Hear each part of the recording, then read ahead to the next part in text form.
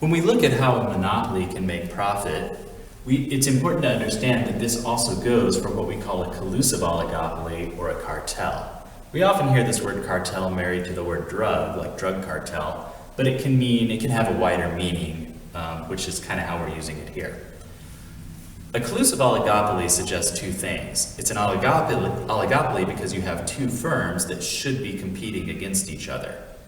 Instead here, they're going to collude, meaning they're going to make agreements to hopefully keep their prices high and maybe even to keep their quality low to save themselves money. If that's occurring and you have this situation, well then they operate the same as a monopoly and there's no real difference in what we would say here. I point this out because when we go into an oligopoly a little bit further and look at a non-collusive oligopoly, they get a very different picture of profit in the demand curve. But that picture that I'll show you later, or that diagram I'll show you later, does not apply when we're talking about an oligopoly like this. Okay, very simply for the diagram here, if you're the sole supplier, if there is no competitor, then it's very likely that you face a very inelastic demand curve. If that's true, then it's very likely that you're going to make abnormal profit. So just like we've said before, we find where MRMC intersect, we go up and we find average cost and average revenue, and we see P1 minus P2 times QPM, so the area of this rectangle, that's going to be an area of abnormal profit. Because of things that we've already said, definitions, and also what we're going to talk about in a little bit, it's important to understand that this abnormal profit, it's possible and it's very likely, but it's very likely to persist into the long run. Remember, we've said that monopolies have very high barriers to entry. Therefore, it would be very difficult for some other company, even though they want to make abnormal profit, it would be difficult for them to enter this industry because of those barriers to entry. Therefore, it's likely that this monopoly can make abnormal profit in the long run. Another thing to point out is even though this might look like a relatively small amount of profit, well, it's just a diagram, so let's not take too much from it. It's also important to point out what Q might actually be. Remember, and again, it goes back to this idea of barriers to entry and some other things that we'll get to in a minute, but it's very likely that a monopoly has worked itself way down the long run average cost curve. So it's very likely that AC is short run average cost 2, not short run average cost 1, or anything in between. Well, the reason for that is twofold. First of all, if we're talking about a monopoly, it's almost necessary to imply that their quantity is going to be very big. Secondly, if we're talking about a monopoly, it's likely that they've done something with this abnormal profit to really bring their costs down. Let's talk about that now. If the firm can make a lot of abnormal profit, what they're likely to do with it is to reinvest it in research and development.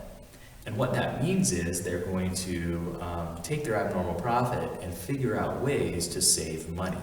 We hear all the time about the cost-cutting measures that a big corporation or firm might go through.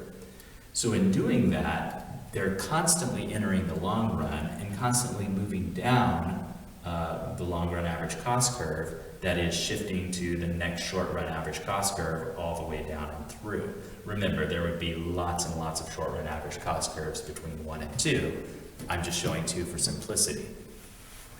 So with the abnormal profit that they earn, the firm is able to quickly change their fixed cost, whatever they might be, and by changing their fixed cost, they can move down through until they get to this point down here where costs are low and output is high. Going into a little bit more depth on that, just to point some things out, if a firm can buy capital outright instead of having to borrow money for it, well again, they save costs because they're not having to pay interest. One thing that we often see, it's not necessarily part of the IB syllabus, but an idea that we call a vertical monopoly is when somebody gets enough power. A horizontal monopoly is when you own all of the firms of the same industry. A vertical monopoly is even more deeply ingrained because what you start to do is you start to work your way up and down from that area of supply. So for example, maybe you own all the oil fields in the world. Well, you can still be controlled by an outside group if it's an outside group that does all the pumping. If the if an outside group builds all the oil wells and the derricks and things like that. Or if some other group is entirely responsible for the shipping of oil back and forth. What I'm getting at is when we think about the idea of price and control of an industry, what we call a horizontal monopoly, they can still be controlled by other people. But if I start to buy those things, if I start to buy the companies that produce the oil derricks, the oil pumps, if I start to buy the shipping industries that move my oil around the world, this is what we call vertical monopoly, and that can be much more strong than another type. But, so that sounds kind of negative, but again, the point of that is if I don't have to buy an oil derrick from another company, and the other company wants to profit on that, well, if I don't have to do that, then the cost of that is going to be lower for myself if I'm just providing it myself.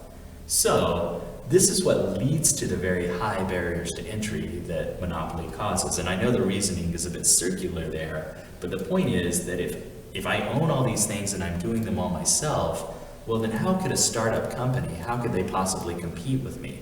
Maybe they could produce the good or service that I'm producing, but their price is going to be so much higher that there's no way they can compete with what I'm doing.